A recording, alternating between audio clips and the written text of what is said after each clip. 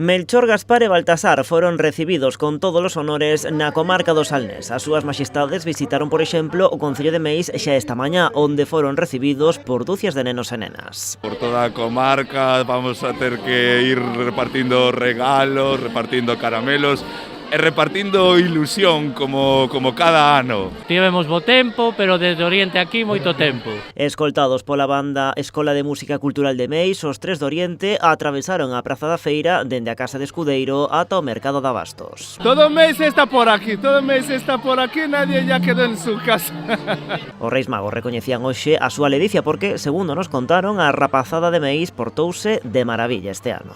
En xeral, nesta zona pórtanse moi ben os nenos, dá gusto vir por aquí. Moi ben, polo que contan eles, moi ben todos. Han sido vos, o sea que van a ter moitos regalos.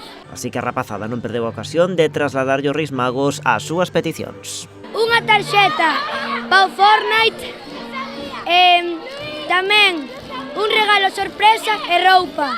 Unas zapatillas, 2 juegos de mesa y nada más. Unhas Jordan, que son uns zapatos, un sobre del Mundial de Qatar.